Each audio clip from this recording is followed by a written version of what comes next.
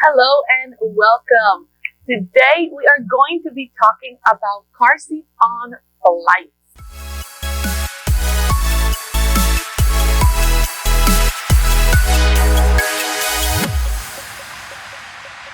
My name is Hooray. Thank you for being here. This is a Travel Family Academy created by parents and for parents. Our whole entire purpose is to help more parents like us travel around the world with their kids and make that possible.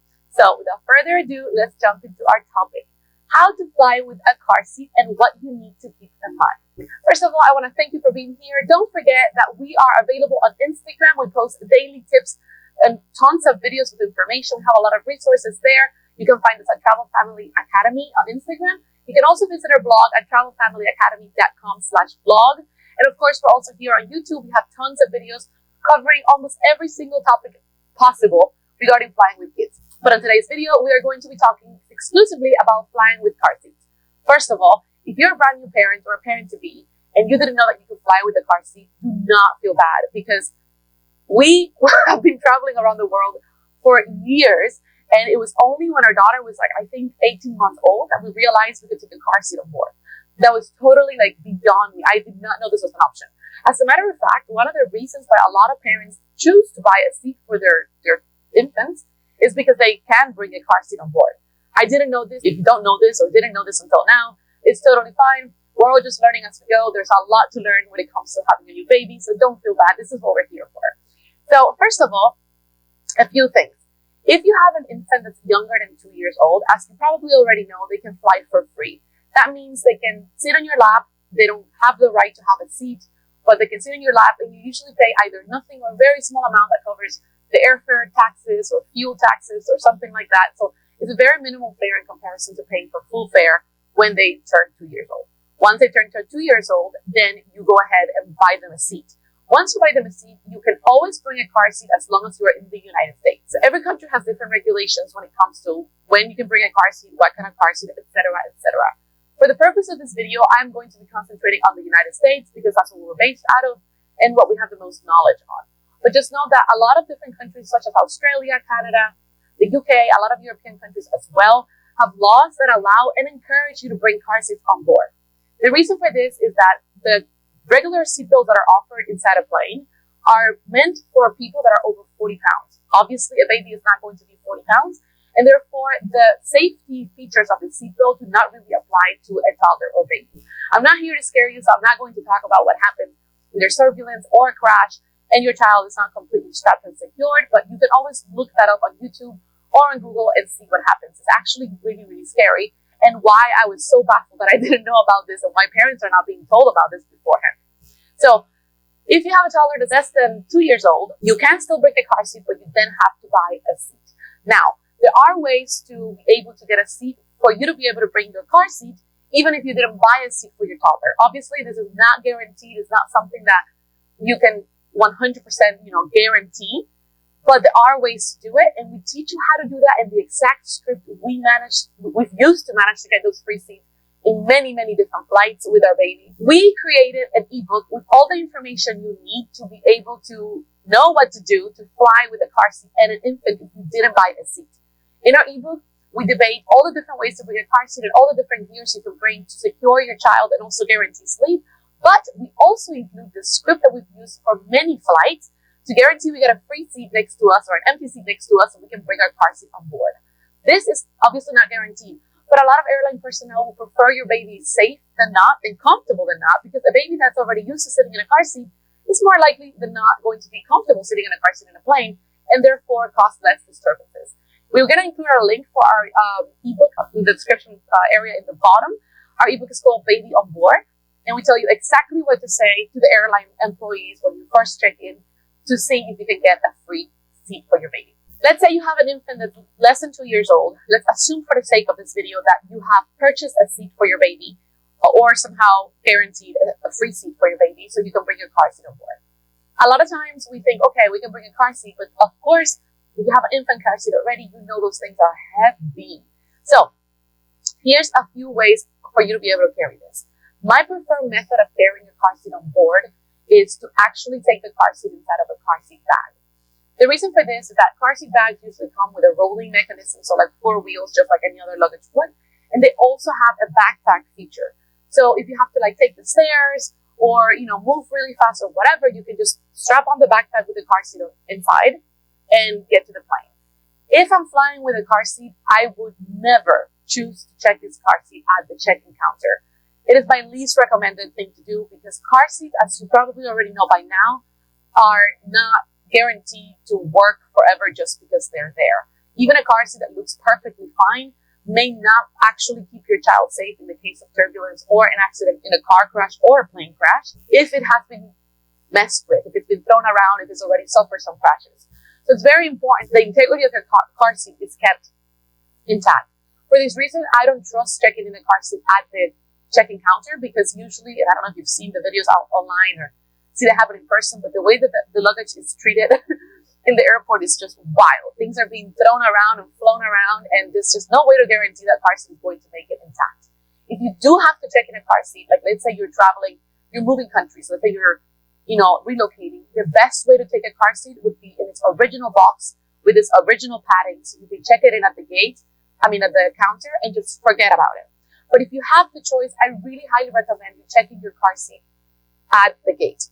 My number one preference, obviously, is to fly with the car seat with you on the plane. But this is not always an option for many reasons. Obviously, economic reasons like not being able to buy a seat or not being able to get a seat last minute because it's not available, or some airlines just don't allow for a car seat on board. Totally fine. But if you are able to bring a car seat on board, that is always the safest way because you can guarantee and see that your car seat is with you and well taken care of and not being thrown around. The second best option will be to check it in at the gate right before you board. The only problem with this is obviously that you do have to get it through security and you do have to take it all around the airport. So it's a little bit of an inconvenience because car seats, again, are bulky, but it's better to be safe than sorry and to arrive at your destination not having a car seat that works well. If you are bringing a car seat through the airport, there are different ways to carry it through. The first one I already explained in my preferred method, which is having a car seat bag. We'll include a link below to our preferred gear that we use for flying, including our car seat bags that we've been using for years. But there are different other ways to do it as well, such as strapping a car seat to your luggage. So if you have a carry-on luggage that you can wheel around, there are devices on Amazon, very inexpensive, that you can buy as a strap. So you can strap your car seat to your luggage and actually make it into like a stroller. So if you're not bringing a stroller as well, this is a really creative way to have your child sit in the stroller, the made-up stroller with your luggage and your car seat when they need it, and also to have a car seat with you. This is usually better for older kids 2 and up that are more mobile because they're not likely going to be wanting to sit in the stroller anyway for the entire duration of your airport time. But even if you have a smaller infant, this is something you can do. Of course, there are brands that have already created car seat stroller combos like the Duna stroller that you can actually bring into the plane. And this is also an option as well if you're traveling with something like that, if your baby is small enough. But for the majority of us, since kids grow so fast, a lot of these gear runs small too quickly, if that makes any sense. So if you're bringing a car seat, an infant car seat, you will bring it without the base. Generally, you bring it without the base, or if you have to bring the base because you want to use it at your destination, you can then leave the base inside of the car seat bag, which is another reason I like the car seat bag, because you can just take the car seat part of the car seat out, put it inside the plane, strap it in the plane, and then check in or put under the seat the base of the car seat, because that part you're not going to be using in the plane. If your car seat is a convertible car seat or a toddler car seat, then the whole thing sits with you. Now, those tend to be even heavier than the infant car seats as well. So it's not the most convenient thing to carry with you on the plane. However, there are a lot of car seats that are very light. Again, I'm talking about US-based car seats. There are, I'm sure, variations of this in every country in the world, but for the sake of this video, we're concentrating on the US. And in the US, you can get the Costco Sonera or the Costco brand. They usually have very light car seats and booster seats that you can comfortably take with you. They're still going to be bulky and hard to carry around, but they're not going to be as heavy as a regular car seat. So I really recommend that brand. Of course, the problem with that is that it ends at 40 to 45 pounds. So once you have started having an older toddler, then that becomes sort of obsolete. Now, keep in mind though, once your child passes that 40-pound mark, then they're technically safe and allowed to fly with the regular seatbelt on the plane. So you don't have to worry as much. There is also the option of the waving pillow. The Wavy Pico is a car seat that's very portable. It's super small and compact, and it's as safe as any car seat out there, according to their website and the standards. And it's really, really convenient. We haven't flown with it ourselves, but we have plenty of family members and friends who actually have experienced it. It's a bit on the pricey side.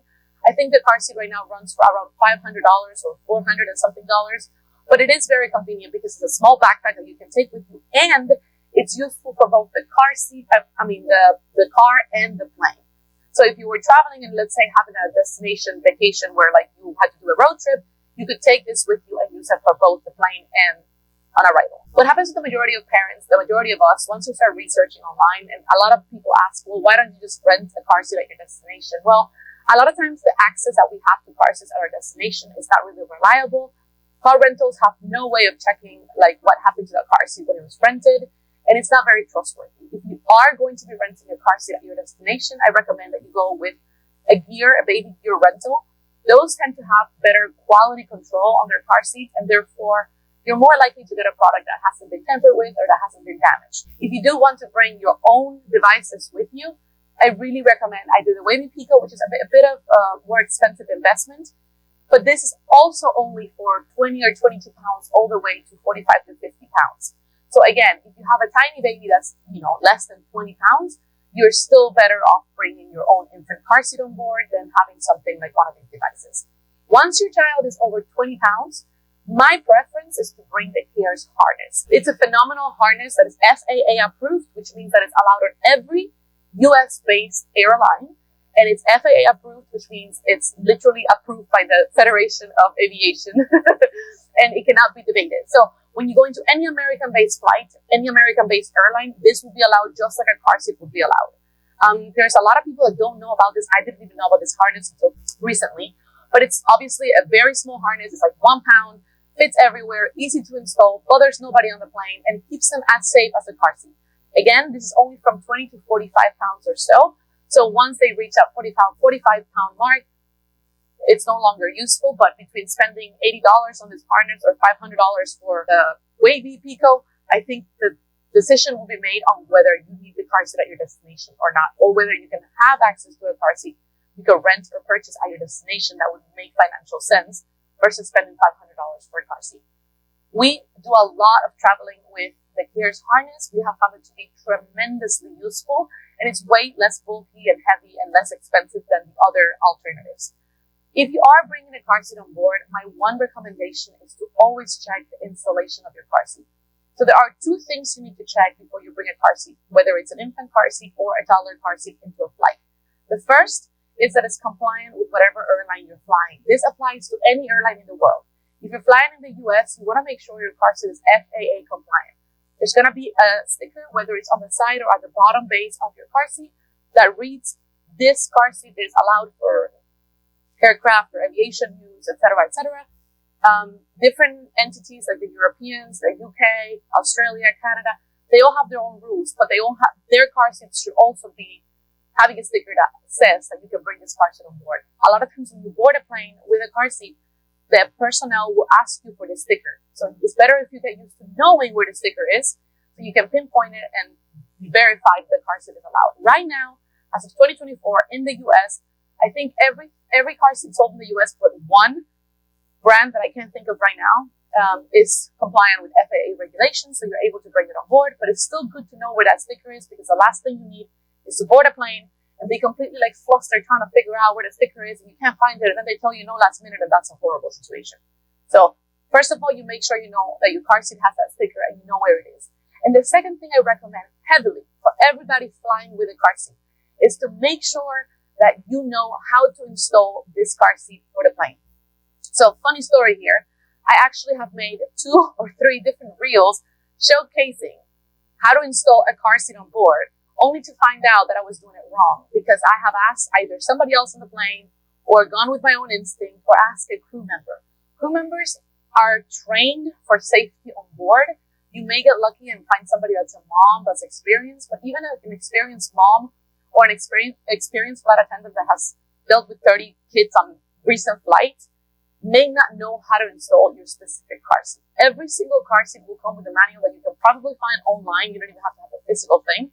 My suggestion is that you find that online, you take a screenshot or download the instructions onto your phone so you have it available with you when you board the plane. Because a lot of times you get on the flight and you think you're ready to go and you try to strap this car seat and the seatbelt isn't long enough, there's not enough room, you don't know how to position it, or something goes wrong, and then cue in stress. So to avoid this, download your own instruction manual for your specific car seat that you're flying with. Have it ready to go on your phone. Make sure it's downloaded and hardened and ready to go and easy to find, and then go ahead and install it. You can obviously ask for help from the crew. A lot of times you need to get a seatbelt extender to be able to loop the seatbelt from the plane through the car seat and get it all secured. The crew can give you this as well. If you're traveling with an infant that is less than 20 pounds, actually less than 2 years old, regardless of the weight, you will most likely than not be given an infant seatbelt if you're flying out of the United States. So in the US, you're able to fly with your baby on you, whether it's in a carrier or being held, and nothing has to be holding your baby. Outside of the US, the majority of countries we've flown around in, we actually get given a small little seatbelt that you attach to your seatbelt and you use to strap your baby on it. There's a lot of debate online whether what's safer and not safe and whether it's allowed or not allowed. The reality is that every single country reserves the right to have their own aviation rules, and actually a lot of airlines do not have to abide by those rules, which is wild, thinking that you have to take a toddler or a baby and not actually have regular safety rules that are standardized for the whole world, but that's just the way it is. So it's important that before you take a flight, you research your airlines, their regulations, and what they allow and don't allow on board so that you're not stressing out at the very last minute. Ultimately, we always hope that nothing happens on board and that our children can be kept safe. But one thing to keep in mind is that having safety gear on board, such as a car seat or a harness, is not there for in case of a plane crash. Obviously, nobody wants a plane crash. And if a plane really crashed, the likelihood of anybody surviving is very, very, very slim. But car seats and harnesses and restraint systems are there because of turbulence. I personally have been in turbulent situations on board where the turbulence has been so strong that my child has gone from leaning her head on one armrest to the other without her being able to control it. And had my hand not been there, she would have smashed her head against the armrest. So it does happen. It can happen. Nobody wants it to happen, but if you can avoid that situation, obviously you're going to be feeling a lot more rested and more calm on that flight. My recommendation is always to bring a car seat whenever available. If you're not able to buy a seat, try our tips for getting a free seat. Again, you can get it down below in the Ring for Our Baby on Board ebook. But anytime you can bring a car seat on board, you're guaranteeing not only the safety of your car seat and integrity of your car seat, but also the safety of your child, which is obviously paramount for every single parent out there. So I hope this was helpful. If you have any other questions regarding bringing a car seat on board, let us know in the comments below. Don't forget to subscribe if you want to learn more about how to make flying and traveling with children easier. And you can always find us online on Instagram at Travel Family Academy or in our blog at travelfamilyacademy.com/blog. My name is Mireille, and thank you so much for watching. See you next week.